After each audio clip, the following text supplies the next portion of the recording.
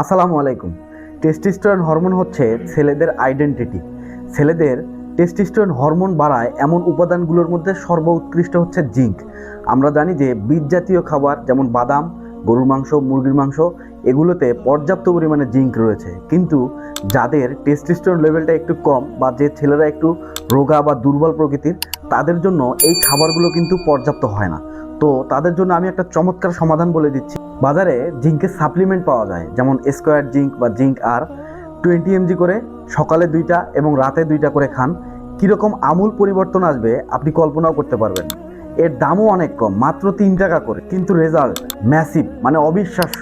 এটা টেস্টোস্টেরন হরমোনকে শুধু বাড়ায় না, টেস্টোস্টেরন হরমোনের যে উচ্চ লেভেল রয়েছে ডিহাইড্রো টেস্টোস্টেরন লেভেলে নিয়ে যায়। এবং আপনার কোনো কিছু চিন্তা করতে হবে না, কোনো কিছু গবেষণা করতে হবে না।